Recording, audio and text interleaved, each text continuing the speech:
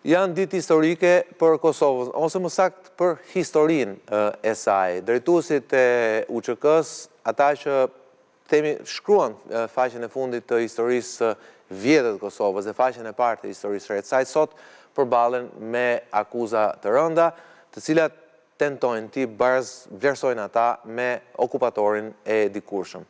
Dhe në këtë rrëmujë të madhe që u bë edhe më e madhe pas takimit të Bordit Paqes dhe fjalimit të kryeministit Rama, atje sigurisht pasojat kanë qenë edhe politike. Ndërkohë në Kosovë po zgjidhet presidenti i ri i Republikës dhe pikërisht personi i cili foli me Donald Trump për çështjen e UÇK-s sot po konkurohet me një emër që po vjen pikërisht nga familja Jashari, aty pra nga simboli i ushtrisë shërimtare të Kosovës. Reperkusione ka pasur këtë ditë edhe në Tiranë, jo më larg se pak ditë më parë, Sali Berisha e sulmoi Edi Ramën, ose më saktë sulmoi fjalimin e Edi Ramës pro UÇK-s. Po përse?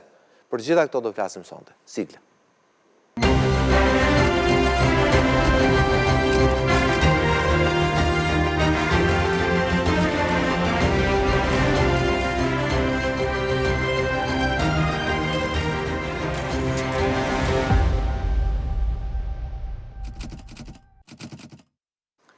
Mirëmbrëma dhe mirë se vini në Rrjedhor. Me mua sonë në program janë Aki Abazi, ish zëvendës kryeministër i Kosovës, mirëmbrëma Aki, kënaqësi gjithmonë. Martin Leke, mirëmbrëma Martin. Mirëmbrëma. Artur Nura, mirëmbrëma Artur. Mirëmbrëma. Dhe Flogert Muça, mirëmbrëma Flogert nga Lexo.al.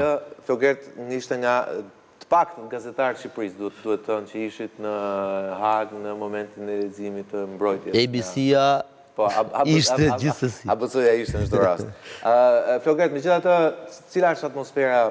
Themi sigurisht për një shqiptar të Kosovës, gazetar shqiptar të Kosovës, sigurisht aty situata është pak më ndryshe, më familjare me gjën. Për një gazetar të Shqipërisë, themi si... Dëgjoj, unë pata fatin që ato 4-5 ditë që isha ndej të qëndroja me familjar të komandantëve. Dhe më shumë se sa impresioni im dhe qenurit në galeri atje që shihet sa gjëra që syri kameras nuk i shet dot, pra sikletin e prokurorëve, lirshmërinë e komandantëve, ngërdheshjen e atij gjyqtarit gjerman që nuk doresh thëni sa e pa etike, jo profesionale ishte, domethënë dukshëm i anshëm kundër komandantëve. Ajo që më bëri shumë përshtypje teksa diskutoja me familjarët e komandantëve, të cilët sigurisht do të themi edhe me ekipet e tyre, që sigurisht për te emocioneve kanë dhe shumë më shumë informacion për çdo gjë që ndodh aty. Ka një frikë të madhe jo për çka bër UÇK-ja dhe çka kanë bërë komandantët. Pra aty nuk ka dyshim që edhe dosja vetë është banale. Por ka një frikë të madhe në politizimin apo gjyqin politik që po bëhet në komandantëve. Pra aty është më shumë geopolitik se sa drejtësi. Pra ke atë plakun e mençur të mesit, ndoshta i mençur i them unë se ka një qasje pro komandantëve. Pro gjyqtarin amerikan. Po, ke gjyqtarin gjerman që në mënyrë të pa precedent edhe kur fliste avokati, edhe kur fliste presidenti, edhe kur flistin tjerët, ngërdheshej, pyetjet ishin tendencioze, tjera si këto, dhe ke Zvicerianin si tokë neutrale që nuk t'jep të kuptosh asgjë. Ashtu si shpak duhet t'jeni gjykatës. Si duhet t'jeni gjykatës. Pra, por gjithsesi atmosfera aty ishte e tillë. Lart në lozhë, në galeri ku ne ndiqnim punimet, kishte her pas here ankth, emocion, frikë kur flisnin prokurorët e tjera si këto, dhe nga ana tjetër qetësia që transmetonin komandantët poshtë dhe pozitiviteti që na transmetonin dhe neve nga poshtë lart teksa na përshëndesnin, na mbushte na karikonte për mirë. Aki, unë sigurisht që besoj ke ndjekur katër mbrojtjet e ish drejtuesve të UÇK-s. Sigurisht, fjala e Zotit Taçi kishte edhe ngarkesat politike, si drejtues i fytyra kryesore, kuptohet njeriu që lexoi Dekretin e Pavarësisë në shkurt vitit 2008. Megjithatë mua më bëri përshtypje shumë fjala e Selimit. Në sensin që ai u duk sikur ju përgjigj temi prokurorëve me gjuhën që ata temi merituan me ato që tha ju donit na akuzoni, ju se keni me ne individualisht, e keni tha me UÇK-n, donit një losni UÇK-n. Nga ana tjetër ama, ajo që vura re unë Prishtinë kohën e miratimit 2 rezolutave, një në Tiranë dhe më pas në Prishtinë, do flasim në të Tiranës, më përshtypje fakti që LDK-ja nuk pranoi ta miraton të rezolut. Pra ka diçka që i duhet tënë publikut për te i faktit që a i gjysh ka ato ngarkesë që ka. Tani çfarë du të them me që jam aktiv në politikë, unë jam rezervuar që diskutoj shumë për punën e gjykatës dhe procesit, sepse në historikun e bërjes shtetit Kosovës nuk ka një moment tjetër të dytë më të komplikuar e më problematik se sa vetë ekzistenca e gjykatës dhomave specializuara. Tani Dia atëherë kishëm në vetëvendosen, ju keni qenë kundër ngritjes. Në fakt, kam qenë në New York në atë kohë, kur është vendosur, është marrë vendimi, isha në punë me Fondacionin Rockefeller, por natyrisht me detyrë për Ballkanin Perëndimor dhe që nga afër kam përcjell gjithë procesin. Dhe këto janë 2 momente, do thotë krijimi i gjykatës dhomave specializuara dhe pranimi i dialogut me Serbinë, pas vendimit të Këshillit të Sigurimit të Asamblesë Gjenerale për të kalu si kompetencë e Bashkimit Evropian, janë 2, si them, gur të mëdhenj që ju kanë hedhë Kosovës në qafë në procesin e shtetbërjes, sepse ke parasysh këto të 2 janë ndodhen pas një vendimi të rëndësishëm gjykatës ndërkombëtare drejtësisë në favor të shpalljes së pavarësisë. Do të thotë të 2 ishin absolutisht të pamençura që u pranuan si procese pas vendimit të gjykatës ndërkombëtare drejtësisë, dhe unë mendoj kjo na jep shkas që të bisedojmë për fenomenet më shumë se sa për emrat individual, sepse Kroacia kaloi në një proces të këtillë para nesh, e ne nuk arritëm që të marrim mësimet e duhura që Kroacia ta ruaj në përgjithësi pastërtinë e shkputjes së saj, pavarësimit saj nga Jugosllavia. Fakto njollat e krimeve të luftës e tjera. Dhe një moment kemi kur një i akuzuar pi helmin në momentin kur i shpallët ose tentohet i shpallët.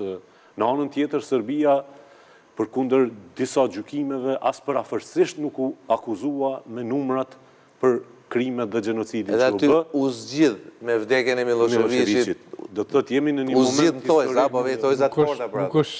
Nuk është finalizuar. Mos e besuar që e kanë ekzekutuar që të mos ndëshkohet Jugoslavia, Serbia. Tani, krejt këto mund të jenë pjesë të skenareve të ndryshme, por në fund i bie që një Serbi që filloi 5 luftra në Ballkan, shkaktojnë mbi 300.000 vrasje, dhunime pafund, shkatërrim të pafund që nuk ishin pa Europa, po edhe bota pas luftës së dytë botërore, Serbia mbeti pa dënimin e duhur.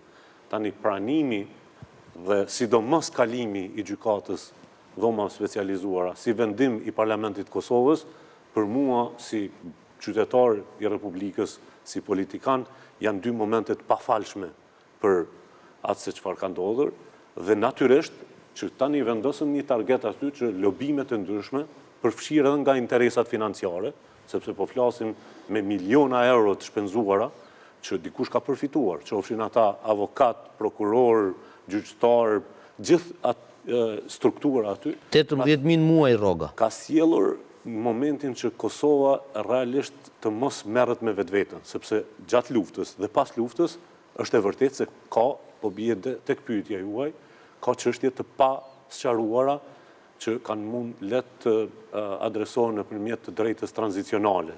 Shtete ndryshme janë ulur dhe kanë qartësuar çështjen nëpërmjet të drejtës tranzicionale, sepse unë them luftë të drejtë ka bërë Kosova gjithsesi. Lufta ka qenë plotësisht e drejtë, por luftrat nuk janë të pastërta.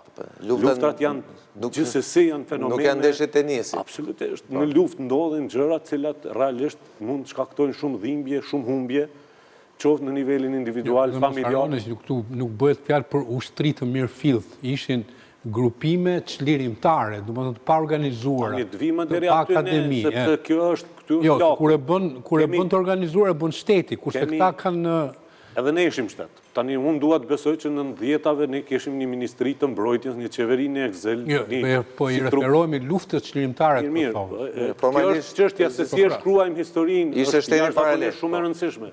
Shumë e rëndësishme. Do thotë ne në procesin e luftës në ndodhen shumë fenomene. Kemi varë që sot në flasin për atë se çfarë ka ndodhur. Do të thotë nuk mundemi në një moment të heqim për 20 vite në emër të një strukture që kishte emrin Ushtria Çlirimtare e Kosovës dhe bënte luftë për çlirimin e Kosovës, dhe në një moment tjetër caktuar tentojmë ta zhbëjmë këtë gjë plotësisht, dhe kjo për kufizimin më të mirë, më të saktë, më të drejtë ka bërë vetë Ibrahim Rugova, i cili edhe në gjykimin e Miloševićit, por edhe në deklaratat publike, për ta mbrojtur kombin edhe interesin, tha që këto janë grupe të organizuara për ta mbrojtur pragun, dinitetin e tyre. Nëpërmjet këtij përkufizimi, nuk do të kishte asnjë arsye, askush që ndërtonte një gjykat kundër shqiptarëve.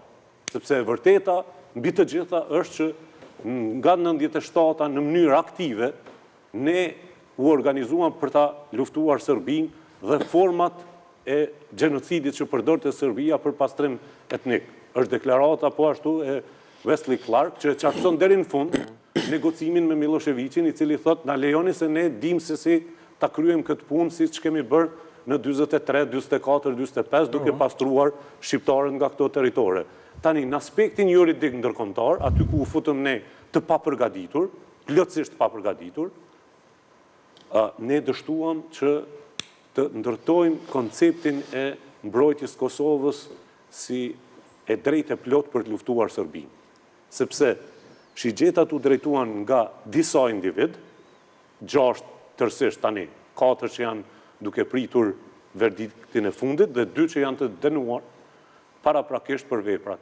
Dhe çfarë bën edhe më të rënd janë tani procesi nga 27 shkurti për pengimin e drejtësisë. Do të thotë ne jemi futur në lojën që Serbia realisht e ka përgatitur për Kosovën, për UÇK-n dhe për degradimin e procesit të shpalljes pavarësisë, sepse në fund të fundit nuk ka gjë më të rëndësishme se fati i sakrificës së njerëzve që kanë rënë për luftën. Do të thotë, këta që janë gjallë mund të kenë dënime, mund të ketë edhe, si të themi, konsekuenca të procesit, por ne kemi mbi 12.000 të vrarë brenda një periudhe të shkurtër. Kemi familjen Jashari që gati u shfaros plotësisht në interesin e mbrojtjes dhe luftës kundër Serbisë. Do të thotë, ideja që e sollëm UÇK-n në karrikën e të akuzuarit në Hag ishte dështimi i shqiptarëve të Kosovës. Ne kishim edhe zotin Aradinaj, edhe zotin Fatmir Limaj, edhe La Ibrahimaj, por asnjëherë nuk u gjykua Ushtria Çlirimtare e Kosovës. Asnjëherë nuk u ul në karrikën e të akuzuarit lufta e drejtë e shqiptarëve për të çliruar nga Serbia. Çka ka ndryshuar me procesin, se kjo është shumë interesante, unë flas nga këndvështrimi i shqiptarëve këtu. Pra çka ka ndryshuar kësaj radhe nga proceset, nga 2 proceset ndaj Ramushit, 2 proceset e tjera ndaj Fatmirit? Ku ata dolën pa fajshëm, a? Kishte një gjykat... Kurse këtu duket sikur ta janë dënuar, siç e thot Flogerti, nga i body language i gjyqtarit gjerman, duket sikur këta tashmë janë të dënuar. Pra çka ka ndryshuar nga atëherë me tani? Fundamentalisht çfarë ka dështuar është që tani i bie që më mirë të përfundonte procesin në gjykatën ndërkombëtare të Hagës, aty ku normat e luftës për çlirim dhe drejta për vetëvendosje lejonte edhe hapësirën e gabimeve të mundshme. Ndërsa krijimi i dhomave të specializuara u fokusua në mënyrë të drejtë për drejtë në kokat e ushtrisë çlirimtare